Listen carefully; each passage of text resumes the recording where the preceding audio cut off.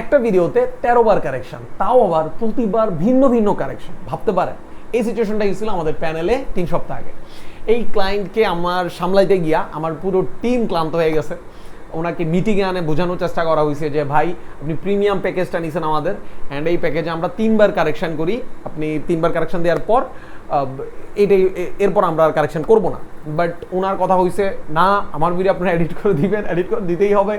মানে একটু থাকে না কিছু মানুষ একটু সহজ সরল, হোয়াট এভার, সহজ সরলই বলে বোধ হয়।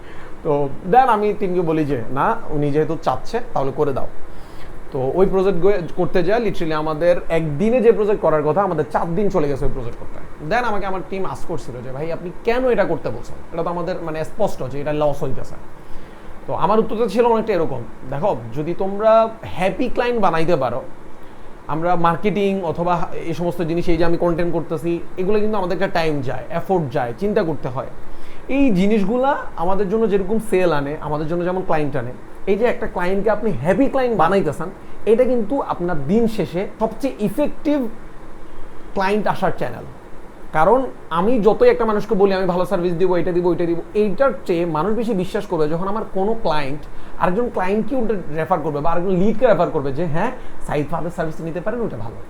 তো ওই ক্লায়েন্টকে আমরা মানে সর্বোচ্চটা দিয়ে ট্রাই করছি হ্যাপি ক্লায়েন্ট বানানোর, অ্যান্ড এটাই আমাদের ভিশন অবভিয়াসলি। তো আলহামদুলিল্লাহ ওই ক্লায়েন্ট 60 দিনের মেহনতের পরে ক্লায়েন্ট ফাইনালি আমাদের সাথে তাবলিগে যেতে রাজি হয়, মানে প্রজেক্টটা নিতে রাজি হয়।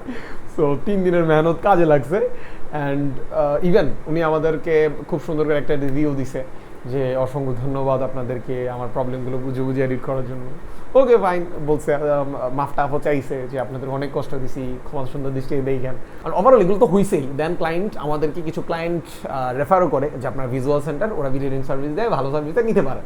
অলওয়েজ ট্রাই করেন একজন হ্যাপি ক্লায়েন্ট বানানোর। আপনার মার্কেটিং কিংবা আপনার কাজ শেয়ার করা, ওইগুলো তো আপনার জন্য ক্লায়েন্ট জেনারেটিভ ওয়ে হবেই, বাট সবচেয়ে জেনারেটিভ চ্যানেল ক্লায়েন্ট আসার জন্য আমার কাছে মনে হয় হ্যাপি ক্লায়েন্ট বানানো।